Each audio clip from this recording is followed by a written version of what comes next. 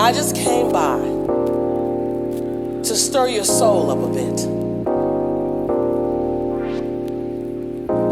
Put on your seatbelt. Get ready. This ride could have some turbulence. What's up, you guys? I'm Tabitha McNeil, and this is The Next Up, a creator's journey to success. And today's special guest, we have Jazmin Johnson of Black Filmmaker. What? Look at that shirt. Yes. Okay. Collection. Yes. Oh, we gonna get into that. So first, Jasmine, tell the people about yourself. I'm Jazmin Janae. I should have said it. Jazmin Janae. I'm a writer, actress, and director, and I'm the founder of Black Filmmaker, the brand designed to celebrate people of color on all sides of the camera. Come on. No. Like that.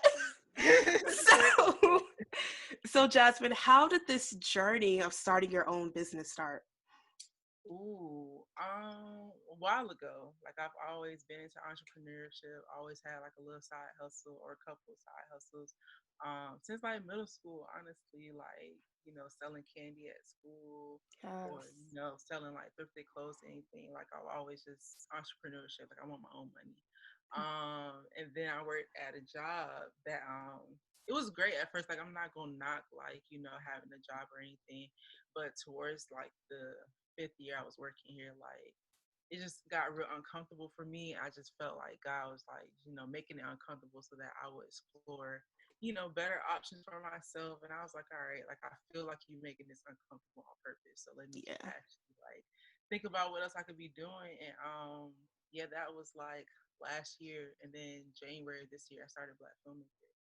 So. Wow. Yeah, that is so amazing. I think that happens to a lot of people where he's just like, all right, girl, move. I'm telling you.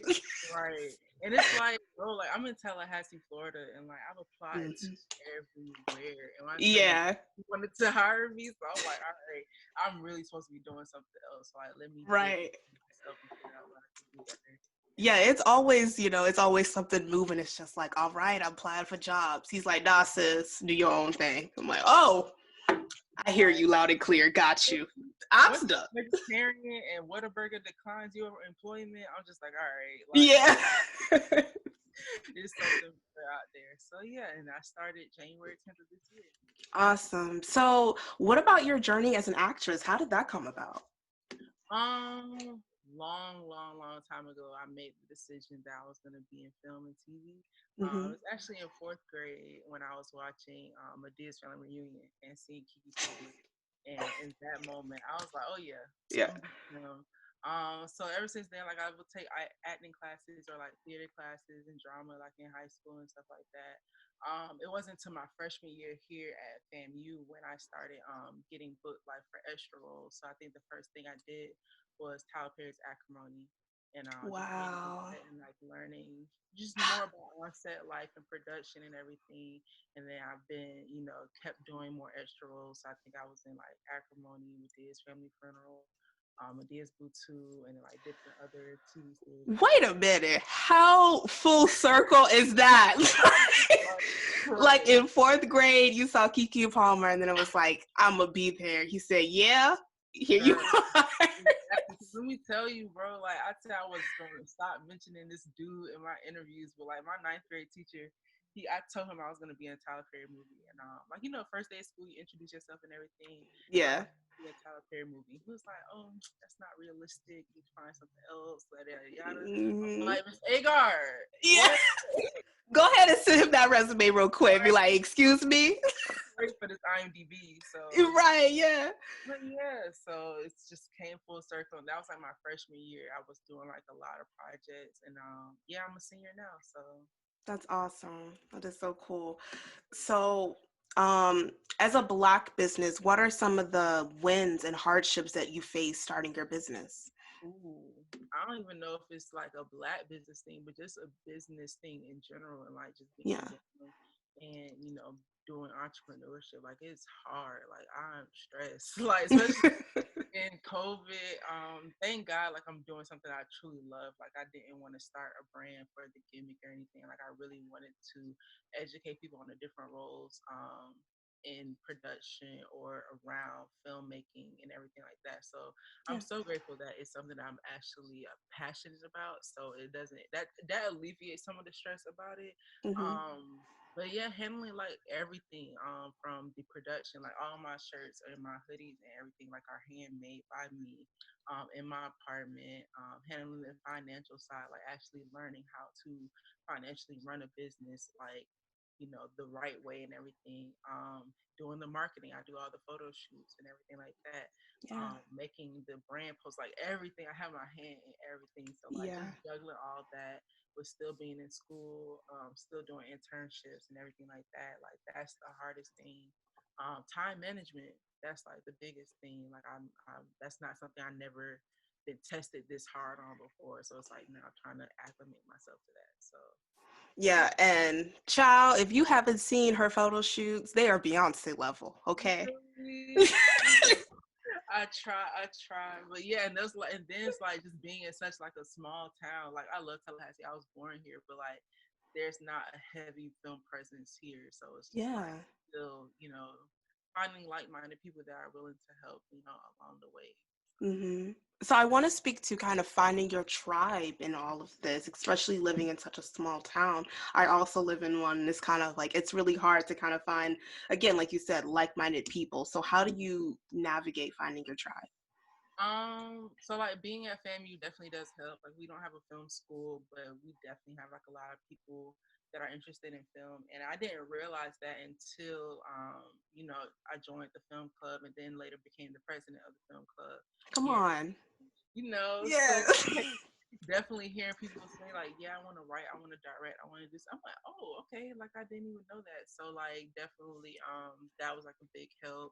And then just my friends, like, I'm surrounded by creative friends, and so we all do photography and all different things, and so just doing anything creative kind of fuels us. So that's kind of helped me find my tribe as well. And then Instagram, like, honestly, did not expect to have this much of a Black filmmaker community in my 8 months. So yeah, Instagram, like, I go to Atlanta now. I know people that I've never even met before, but like, we link up. So like, Instagram and just the database just continues to grow and grow. So.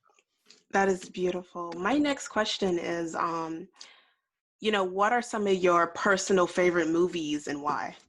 Ooh, okay. So one thing that someone told me, someone very prolific in the industry, I ain't gonna name drop, but someone told me someone told me this week, and she was like, like, you can know all the Black movies, like, you could tell me that your favorite movie is The Boys in the Hoods and The Crooklins and Do the Right Thing. Yeah. Like, great, but like, I want you to surprise me with something that you watch, something that you love. So that's one thing I'm really working on now, is like diversifying the things that I watch, because yeah, I do know the Black stuff like the back of my hand. So, and that's just my like growing up, that's Yeah. preference.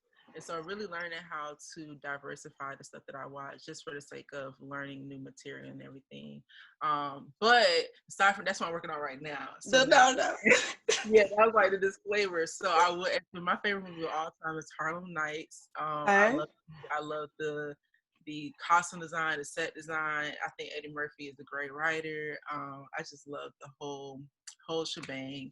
And then the comedy, like, just Yeah. a real good classic.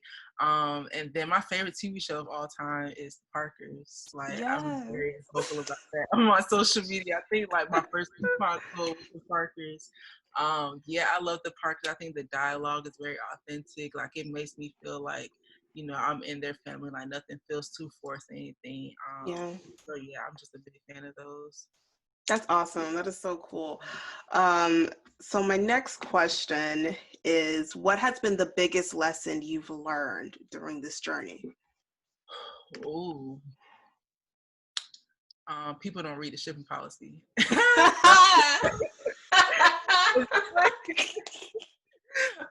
Facts. Like, just basically, I think the lesson that I'm just always learning is time management. Like I know as a multifaceted creative, like there's so many things that I want to do. It's like if you don't get your time together, you ain't gonna be able to do all of them. So like Right. that I would stay up to like 5 a.m. working on orders and they have to be to class at 8. Like that's not okay. Yeah, so just like really like prioritizing the things I need to do, I think is the biggest lesson, the lessons that I'm always learning, because as Black filmmaker grows, as I graduate college, like it's only going to get busier. Yeah. So those are like, that's like the biggest lesson. Financially, and that's one thing too, I'm trying to really teach people like the business side of me growing my business. Like, yeah, like, you know, there's this film side, but like the business side, I would say the biggest lesson I've learned is, you know, learning how to manage money effectively and really, you know, just handle business the way it should be handled. Like, I don't want to say no shortcuts. I just want to do it how it needs to be done, regardless if I'm getting paid or not. Like, I just want to provide a quality product that everybody can enjoy. So. That is awesome. And for the people that's probably emailing you about where they stuff at, stop. Just stop. Like, please read the shipping policy first. Like, I'm just one person. Like, I'm making these by hand, y'all. Right. Like, Look, you go get your writer and director shirt, okay? Calm down. I ain't selling no COVID cure, like. Exactly. The support. I know people be anxious about getting it because they want to flaunt and everything. So yeah. But yeah, like I'm one person. When I have a team, this ain't gonna be no issue. Right, yeah. And you know what? You're honestly gonna get there. I'm just waiting on some more drops, because when I saw the last day, I was like, child, the check didn't come out yet. Wait a minute. And that's because I'm like, we're about to start. Let me clear out all these orders before school even starts. Because I'm not about to be looking at like 100 orders and 10 assignments. Like, right, yeah. That is so cool. So, if you could cast anyone in a movie and you had a budget of you have the budget of a lifetime, who would you cast? Monique, Danny Glover, DC Young Fly, and Marseille Martin. Cool. Okay. Yeah. That's like my dream ensemble cast right now. I just feel like they would have great comedic chemistry and everything. And I just want to work with Monique on anything. Like, I love her. Like I said, The Park is my favorite show. I really love how she's being authentic and standing in what she believes in, despite of what the industry says about her. And she's always been transparent, like in any of her interviews, and she's amazing. Like, I'm a fan. So yeah, when I saw Precious, I was just like, wait, range, hold up. my sis got range. I said, is she gonna get up and beat me too? Like, I'm scared. Like, she is such beautiful craft, like, just right. She's everything. So I think she often gets left out of like the recognition pool, like, because of, you know, her standing up for herself. So I definitely need my good sis Monique or something. And Countess Vaughn, like, I love Countess Vaughn. I definitely meet her ASAP. So I would love to work with Countess Vaughn as well. That's awesome. What genre would it be? Comedy. Okay. So it's actually I'm working on. I said it's like if Friday met 17 again. Oh, come on. Yeah. Yeah. So Friday meets Canterbury. Yeah. So. Okay. You know? So what are some things that you see yourself doing in 5 years from now? Ooh. Okay, 5 years. This is 2020, 2025. I'll be 28.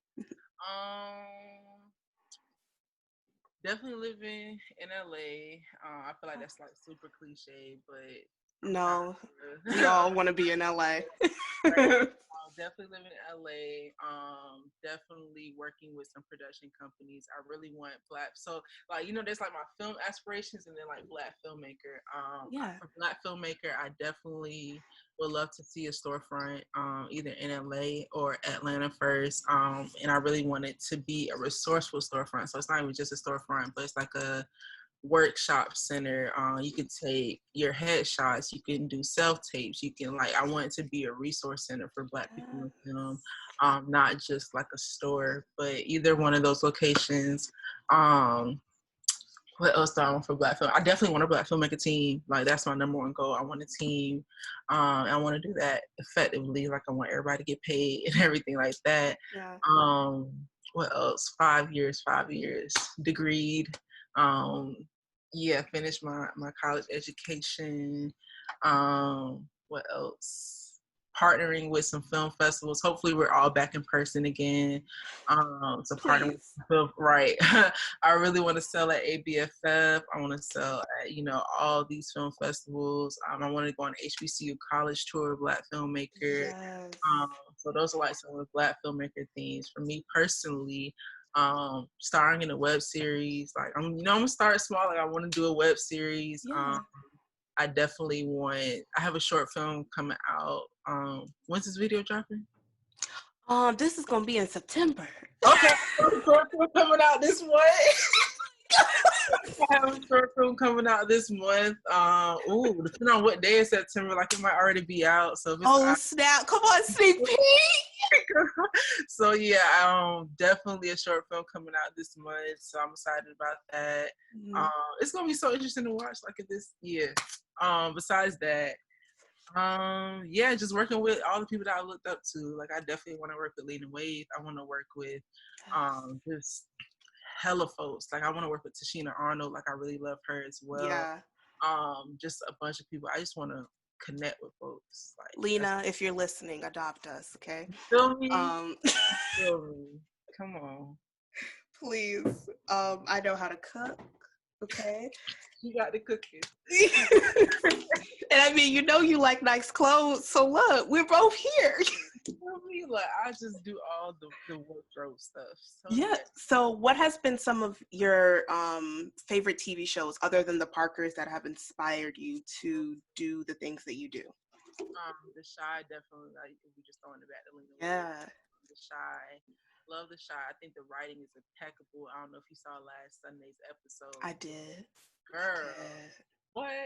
Like, bro, like, I told someone that I felt like the writing felt like geometry, like how everything was so interwoven. I'm like, man, I want to learn how to write like that. Yeah. Little Fires Everywhere. Woo! Take you out. Girl, I was just like, bro, like, how y'all create and really get people so invested in these characters' lives? Like, I love to learn how to do that because me and my mom was up there like, where's Easy going? Like, So definitely Little Fires Everywhere. I'm just trying to think, like, there's such a large database in my mind. Definitely a Jordan Peele fan, and honestly, like, I'm not the biggest horror person. Like, I'm very scary. Me either. I'm afraid of the dark. Okay, I'm glad you said it. I'm gonna stop claiming that. But no. Same here. So, like, but Jordan, the way he merges political messages and social messages into horror, I think is beautiful. So definitely, I rewatch his films all the time, and I'm really excited for everything that he has coming out. So yeah, just finding different ways and unorthodox ways to tell these stories, I think, are like the biggest things I look for in television and film right now. Yeah, I also really am a big fan of Jordan Peele. I'm only going to say this name one time because I'm scared to say it four more. Candyman. It's going to be amazing. We're not going to repeat it. You feel me? And it was like, I said I wasn't going to watch because I was scared to watch Get Out when it. Yeah. What's this going to be about? So I don't know, but I'm definitely gonna watch Candyman just because I'm so interested. But girl, let me tell you, we got 3 more and he coming. The light bill gonna go up because my lights ain't turning off for like a good week. So I'm watching it at 6:00 in the morning, so I can be ready for the night. I don't even need it to marinate in my mind. Well, yeah, by 6, I have a bunch of distractions in my day. Exactly. Mm-hmm. I'm gonna close my eyes. It's gonna be like, you thought you forgot about me. Exactly. Have you seen Lovecraft Country?